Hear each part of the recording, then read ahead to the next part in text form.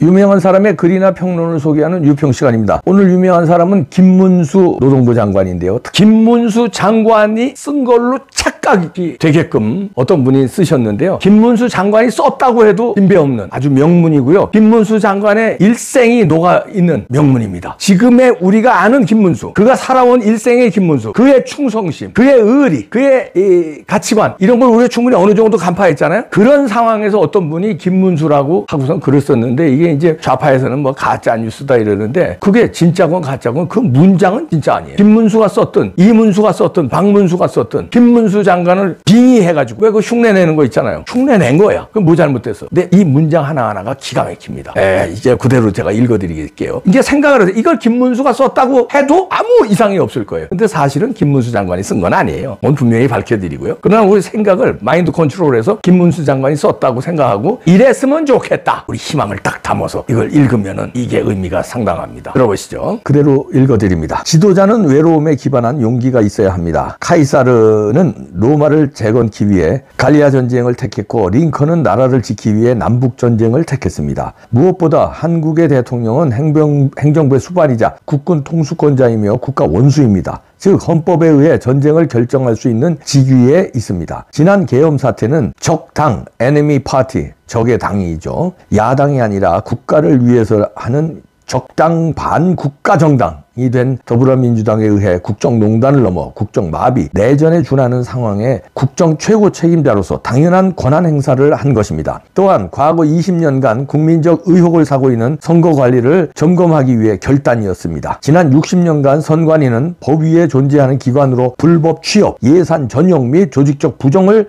자행한 것으로 확인된 바 있습니다. 이제 곧 각종 선거에서의 불법 전모가 만천하에 드러나게 될 것입니다. 결코 더불어민주당과 좌파 언론이 주장하는 내란 죄나 불법 계엄론을 수용할 수 없으며, 많은 법학자들의 의견과 국민들의 응원 및 미국 정부와 해외 언론의 합리적 의견을 고려하여 윤 대통령의 비상계엄의 정당성을 다시 한번 확인하는 바입니다. 자유민주주의는 일방적 자율이 아니라 규율과 균형이며 헌정 질서에 반하는 방종과의 전쟁을 의미합니다. 전쟁에는 모든 것이 허용되기에 카이사르와 링컨의 전쟁 수행은 수많은 병사들의 희생에도 칭송되었습니다. 이제 지난 민주화 30년 동안 이 땅의 질서와 성장을 사라지게 한 패도적, 반역적, 저질적 민주주의와 결별해야 합니다. 유일한 분단국으로 냉전국 구도를 무시한 어떠한 전제도 우리는 거부할 최소한의 국민 지각을 요구합니다. 우리 한국은 일찍이 공산주의와의 최전선에서 이룩한 한강의 기적을 하루빨리 되살려야 합니다. 제2의 한강의 기적은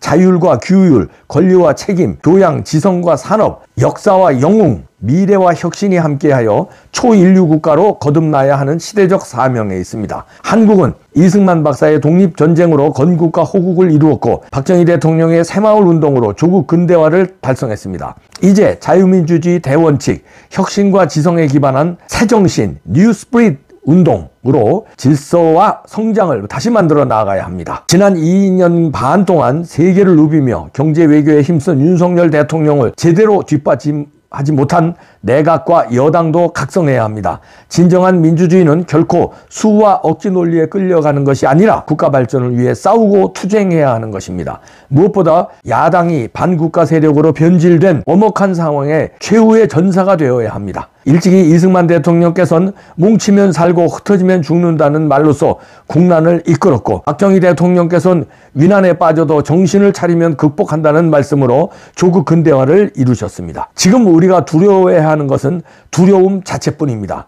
아무리 극좌 종북 세력의 반국가 행태가 가증스럽더라도 정의와 대의를 지킨다면 결단코 극복할 것입니다. 세계는 한국이 36년 전 서울올림픽을 개최해서 동구권 붕괴를 가져왔듯이 반국가 세력을 제압하여 진정한 자유민주주의와 국가 경쟁력을 찾기를 기대하고 있습니다. 국민 여러분, 지금은 역사의 전환점에 있습니다. 패배와 항복이냐 아니면 승리와 발전이냐, 갈림길입니다. 다행히도 국민 대다수가 야당과 좌파 언론에 휩쓸리지 않고 대통령과 정부를 믿고 있습니다. 바로 이승만, 박정희 대통령께서 이룩한 기반이 다시 살아나고 있는 것입니다. 이제 윤석열 대통령은 반국가 세력, 극좌, 종북의 거짓과 위선, 배덕과 선동에 결연히 맞서 싸우는 최초의 전사가 되셨습니다. 이제 저 김문수는 윤석열 대통령의 뜻을 따르며 지키는 최후의 전사가 되려고 합니다. 애국 시민 여러분, 우리 모두 흔들리지 말고 지성국가, 초인류 국가로 전진합시다. 고지가 바로 저기에 있습니다. 대한민국 노동부 장관 김문수 올림.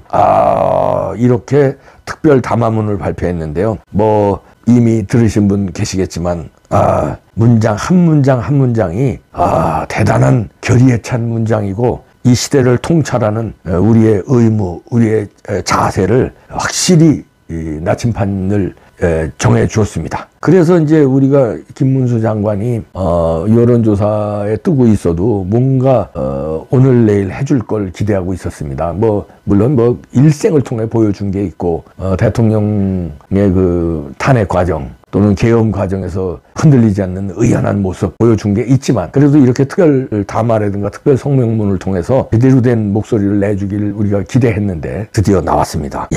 근데 이것도 명문이네요. 우리 윤석열 대통령의 그 담화문과 편지, 그것도 명문이었지 않습니까? 그거 제가 오죽 명문이면은 세계 사람들이 알기 위해서 일본어로 번역을 해서 제가 담화문 따로 그 다음에 편지 따로 일본어로 번역해서 올려놨는데, 왜냐하면 해외에서 이게 바람이 불어야 돼요. 우리는 좌파 언론이 장악됐기 때문에 제대로 된 보도가 안 나오고 있잖아요. 그래서 그렇게 올렸는데, 그거에 못지않는 김문수 장관의 이 담화문 명문입니다. 역시. 그러니까 이게 글이나 그 말은요, 이게 그동안에 쌓아온 생각, 심장, 철학, 이게 응집돼서 나오는 거거든요. 그냥 나오는 게 아니에요. 이게 이 김문수 장관의 일생이 애국자였고, 흔들림 없는 자신만의 뚜철한 철학이 있고, 그 다음에 그 의리가, 신의가 있고, 국가에 충성하는 충성심이, 이게 그냥 이 문장마다 나오잖아요. 근데 마지막 문장에 고지가 바로 저기 있습니다. 중요합니다. 그리고 부정선거에 대해서도 우리 김문수 장관이 여기서 쭉 얘기했는데, 김문수 장관은 이제 곧 부정선거가 만천하에 밝혀질 거를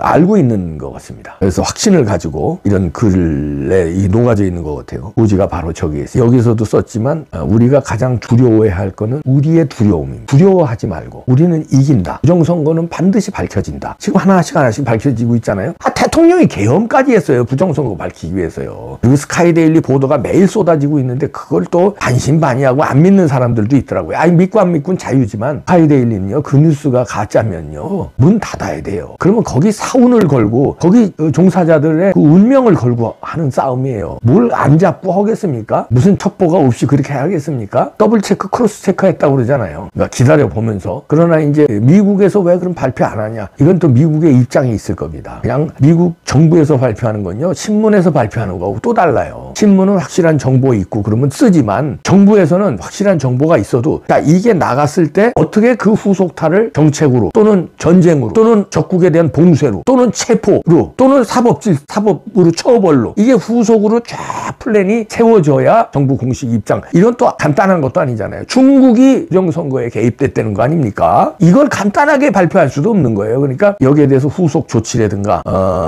또 어떤 딜 칠 건 또 딜 치고, 이런 게 지금 치밀하게 작전 중일 것이다. 그게 다 완비가 되면 발표, 그 다음에 후속 중국에 대한 어떤 조치, 그 다음에 사법 처리, 관련자들 송환, 이런 게 쭉쭉쭉쭉 플랜이 있겠죠. 근데 그게 간단하게 플랜을 잡는 게 아니에요. 오사마 빈 라덴 잡을 때도 그건 몇 년에 5, 6년에 걸쳐서 CIA가 개입해서 계속 어마어마한 돈을 들이고 인적 네트워크를 심고, 그리고 작전을 벌이고 해서 마지막에 딱 D-Day로 잡은 거예요. 그러니까 이것도 오랜 기간 선관위 연수원을 작업을 했다는 거 아닙니까? 근데 마지막 발표를 허술하게 할 수는 없는 거 아닙니까? 그러니까 우리가 좀 기다려주고, 확실한 게 김문수 장관도 뭔가 아는 것 같아요. 그러니까 고지가 바로 저기다. 저는 마지막 문장을 썼습니다. 고지가 바로 저기에 있습니다. 우리는 우리의 두려움만 없애고 믿고, 진실은 반드시 승리한다. 우리나라는 공산주의에 안 넘어간다. 어떻게 세운 나라인데 넘어갈 리가 있냐. 이재명 같은 놈이 이 나라 접수 못한다는 확신을 가지고 우리 믿고 싸우면 됩니다. 두려워하면요 져요. 우린 이깁니다. 고지가 바로 저기입니다. 아무런 공격해봐. 되나 이놈들아. 마지막 발악하는 거예요. 쟤네들이 무서워서 떠는 거예요. 마지막 발악을 카톡 검열이다, 이봉규 같은 놈들 고소하고 이거 대통령을 감옥에 집어넣고 마지막 발악을 하는데, 딱 기다려. 고지가 바로 저기입니다. 딱 기다려.